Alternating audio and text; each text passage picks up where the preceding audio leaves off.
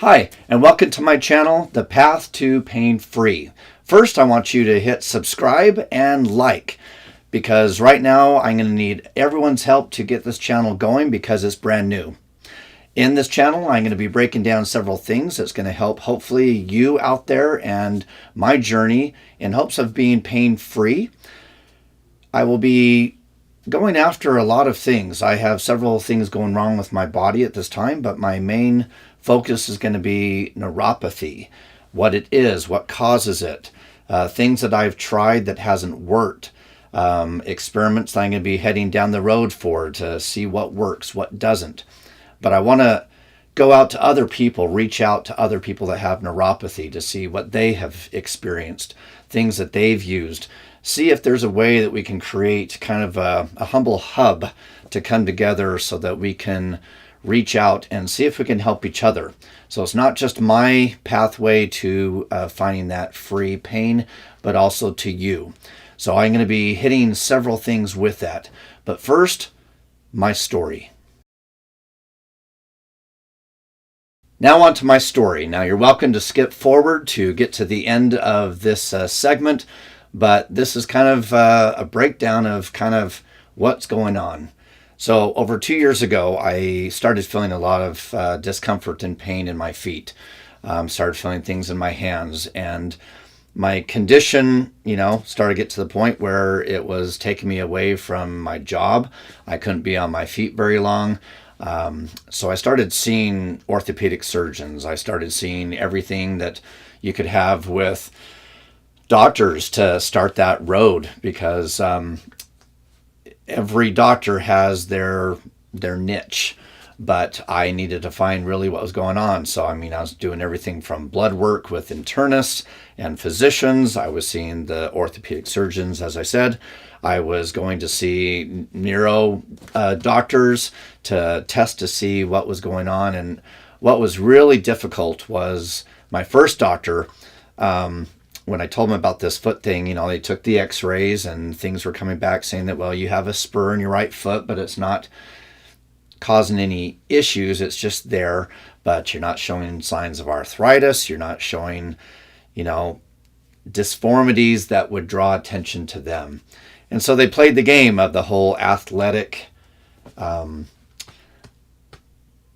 way of dealing with things, which is the ibuprofen, do the ice, do the elevation, put my foot into a boot and see if that works. And I did that. I am really open to what doctors say and what they have to give, because they are the specialists.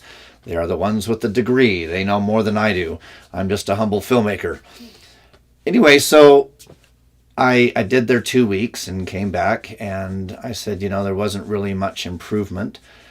And I felt like I was given the brush off. And they said, well, before we move forward, I'm going to make you go see a neurological doctor, because I feel that these are nerve endings that's coming off of your spine that's causing your problems. And I'm just like, well, I've seen chiropractors. I've seen other things to help align my body and that. Like, yeah, well, chiropractors is not a neuro doctor. And so I will not move forward until you see one. Well, of course, neuro doctors are hard to get into. And so it took me, I think it was about a month and a half to 2 months before I could actually get in to see the doctor. And when I did, it was, well, let's be open to everything. Let me hear your story. Let me see what's led up to this. And, we went through more waiting and time to where I had to see another specific specialist that was going to cattle prod me. They were going to hook me up to all these needles and everything and shock my body so that we could test, because the doctor had a theory that there were 6 different zones in my body that was causing these different issues. And some of my things was just I was having this achiness in my feet. I couldn't be on my feet for very long. And then came this really different sensation in my hands. And I had 2 things going on. I had one that was kind of a mechanical issue where I was having pain in my wrists, any type of certain angles or any pressure that I would lay onto my wrists, it would be like 15 out of 10 pain. It was horrible. And ibuprofen, Excedrin, the certain over-the-counter pain pills were not working for me at all. And so pain was an issue. But I was also getting this tingling in my hands, and there were some issues in my toes and my feet, and this burning sensation. The only way to describe it was ants eating my skin. And the only way to somewhat feel better at that time was to scratch so hard that I was literally bleeding. And because I already have a dry skin problem, simple scratches can be instant wounds.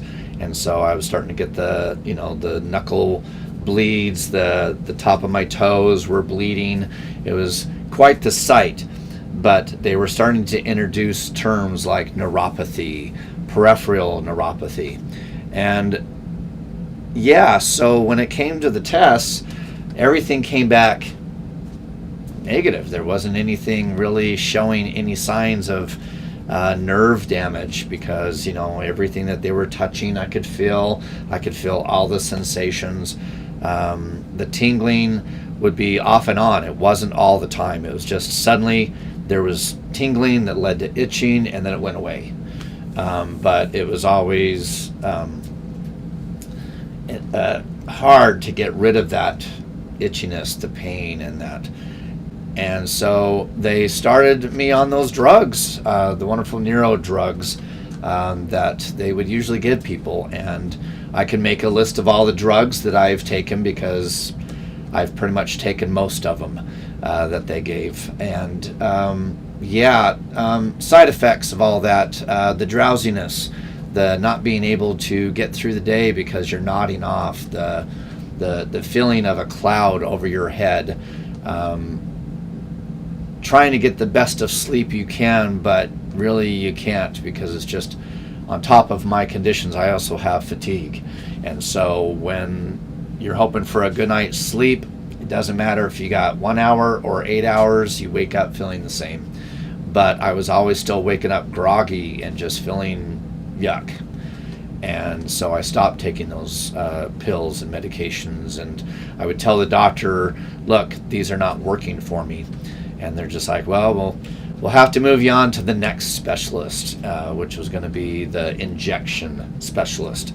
And let's try injections into your hand. And because, we ran to a dead end with the Neuro doctor, because he felt that he did everything according to his scope of practice, to where he gave everything he usually gives everyone else. And because the tests are all coming back, not negative and positive for different directions, it makes it hard to start going a different direction that you need for that, the cure to end of pain. So I went to go see the injection person, and it was along the same lines of, we can give you an injection and see if it works.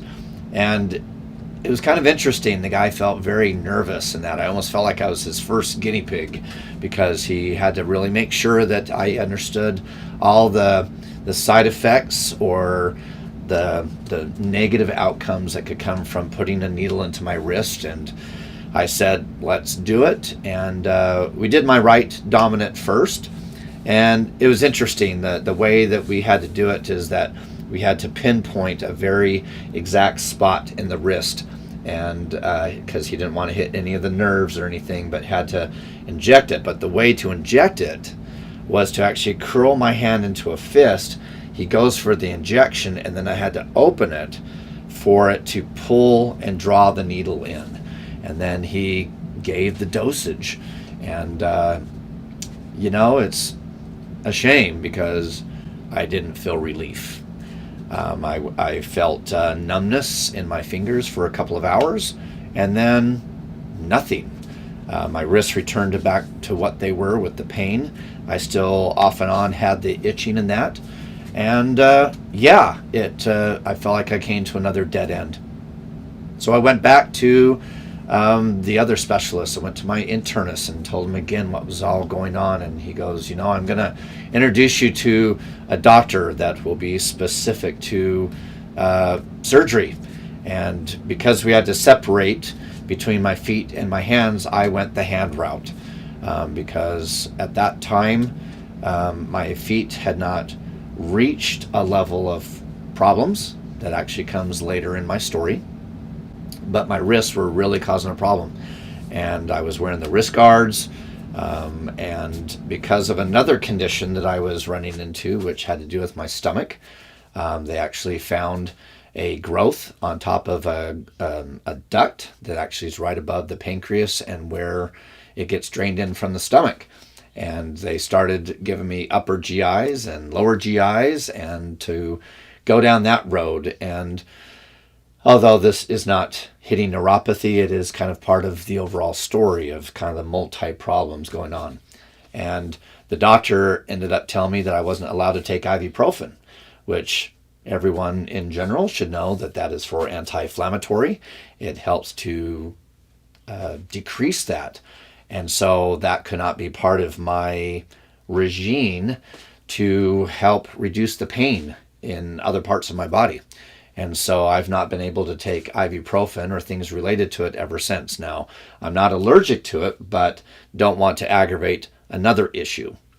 So in the midst of all this, the doctor sent me on, and he went down his breakdown of things. You know, try the elevation, try the wrist braces, try to, use ice and heat to, bring possible swelling down or to make it feel better, and to be turned over to therapy. So they sent me over to therapy to work it, to do the exercises. And, again, things were not working. I would keep coming back saying I'm still in pain, and I'm actually getting more pain. And because they could not give me the pain meds, because I've kind of noticed something about just medical field in general, that there seems to be a lack of going down the pain route. I don't know if, for my opinion, that they have reached a point where they blame society for people being addicted and that, but there is people truly out there that really do need those pain medications to help them at least take the edge off, to at least get back to a way of basic life, to not feel that you're just a miserable bump on the log, or I'm a zombie for the day, to be surrounded by your loved ones and friends to where you feel that you're a cancer to them because you can't be that 100% person that you deserve to be.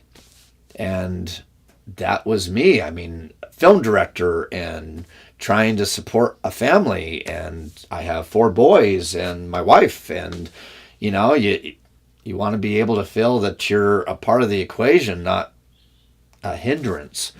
Anyway, so I went to therapy and I did everything that they wanted me to do, but I noticed that I couldn't do most of the exercises because it was causing pain in my hands. And by the time I got back to the doctor, I said, I think it's time that we do surgery. I wanted to scope out my hands and see if there's something that the x-rays and the MRIs were not showing. And so he said, let's do it.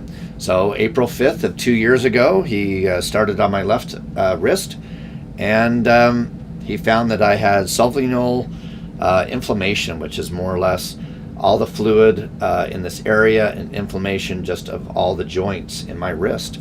And so he cleaned it out and said, I will never have a problem again. Should have got that in writing.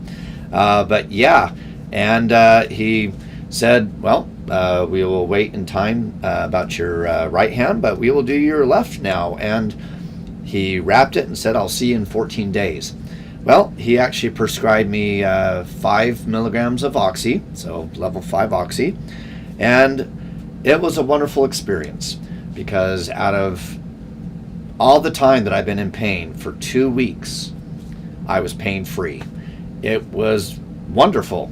But of course, I was in gauze for 14 days, and we like to usually go to the public pool and enjoy going in the water, so I had to put on the big plastic thing and all that. But I got to at least still do that. But it was wonderful. I was pain-free for 2 weeks. But then there came a problem, and that was the side effects that come with Oxy. And I was warned with in general to do things like stool softeners and that, but they didn't go to the extent to tell me to take a product called Miralax. And so I ended up getting full-on constipation, was backed up pretty badly to where I had to get an enema kit. And let's just put it this way, it was not fun given a self-enema with complete left hand not being able to be used. Couldn't put pressure on my wrists as I had to position myself in the bathroom without help to do that process. But the good news is that I was able to clear myself of that problem. However, it created another problem. Because of the pressure that I was feeling between the two, I was having problems urinating, and later found out that I was going to be going to ER, and I knew where it was leading. I've graduated from paramedics, so I've been through all that training, and I self-assessed myself that I knew that they were going to put a catheter in me, and sure enough, they went to do an ultrasound, and let's just put it this way, your bladder can only hold up to about 300 cc's, and that usually will be your full. And I was 1,200 cc's. Yes, I was beyond full. And because I'm usually the type that doesn't like pain, and most people don't, but this being a little bit more sensitive, I wanted to be slightly given a laxative or something so that I would not be fully conscious there when doing the calf. And let's just say that the experience was not the best because they couldn't get the calf in the first round. So they went to do a second round with a bigger needle. And I don't remember it. My wife says that I was kicking and screaming on the table.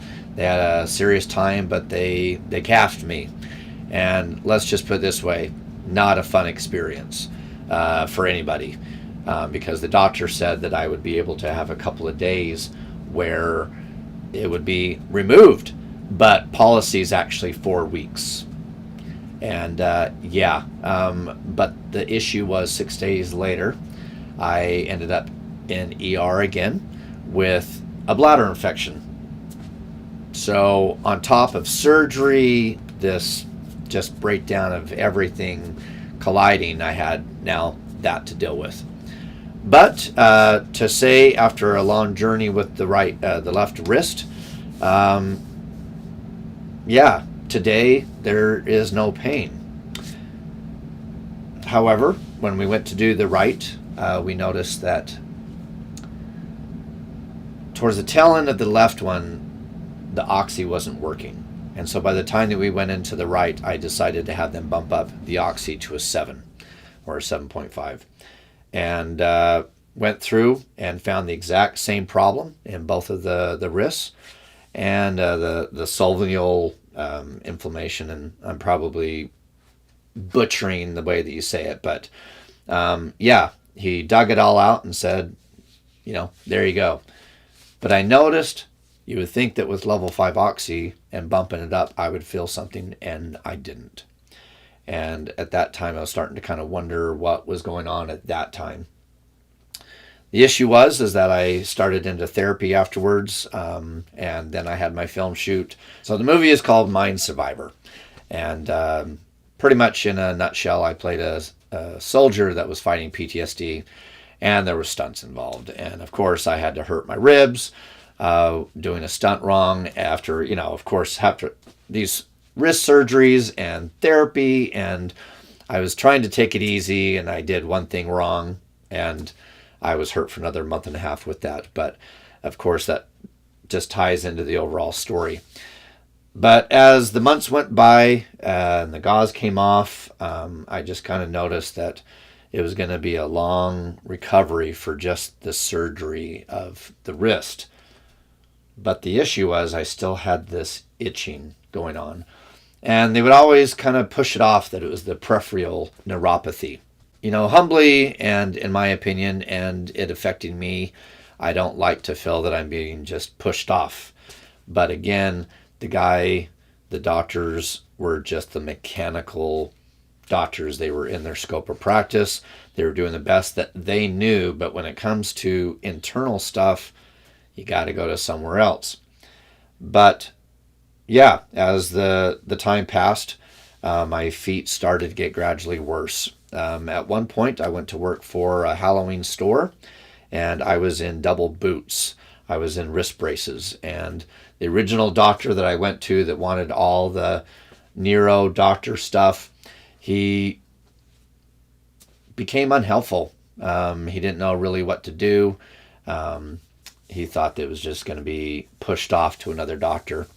And so, again, we tried to take x-rays that came inconclusive to things. And yeah, so there became this kind of limbo land to where I really didn't know what to do. But my surgical doctor said, one bit of advice being that I can't help you anymore. There is a pain specialist that I will refer you to, because he will be just that. He will be that pain specialist. And so we went to the pain specialist and began that journey of the drugs. And he sat me down and said, Steve, there's kind of these different categories. And I don't know if this will sound familiar to anybody out there, but, you try to do the muscle relaxants, the things that can reduce the muscles that might be firing off those nerve endings.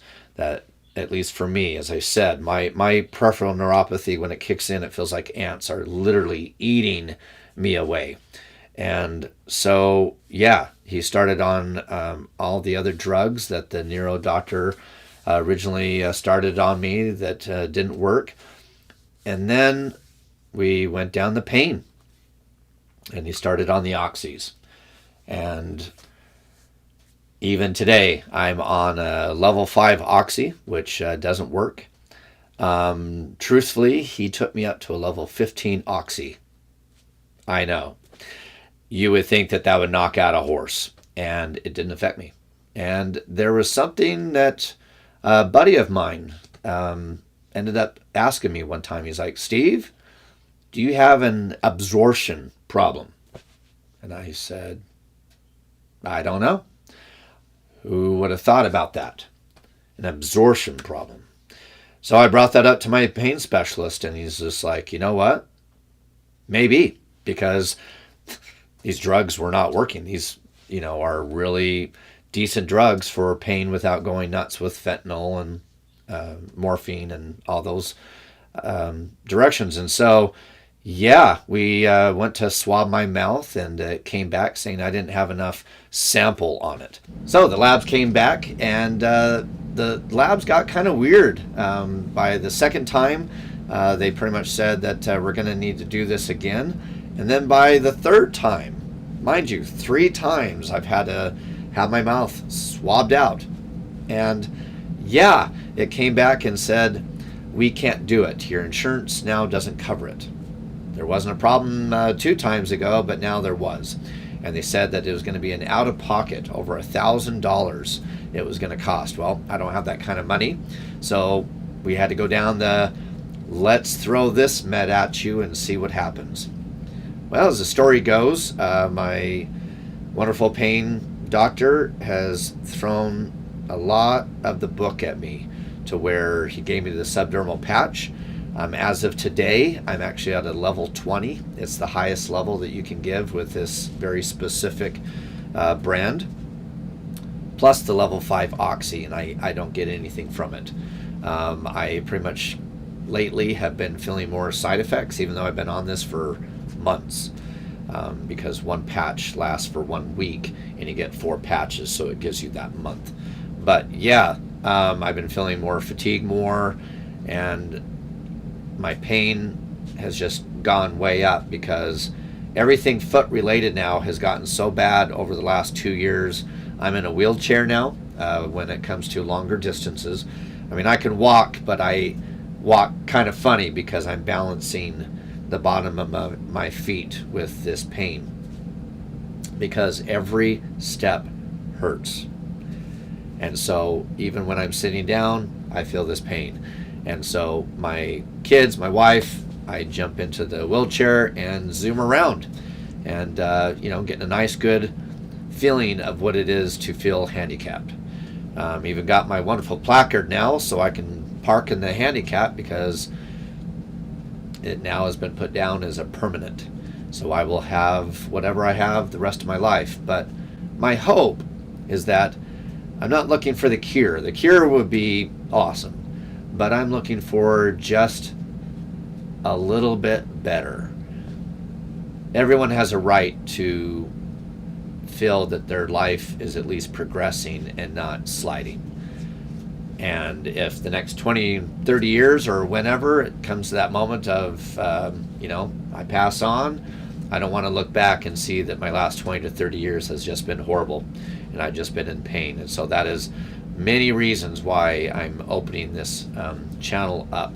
I want to hear other people's stories. I want to have people send into my email, and if we have to use Wetransfer.com, which is a really wonderful site to send up to 2 gigs of files, record yourself.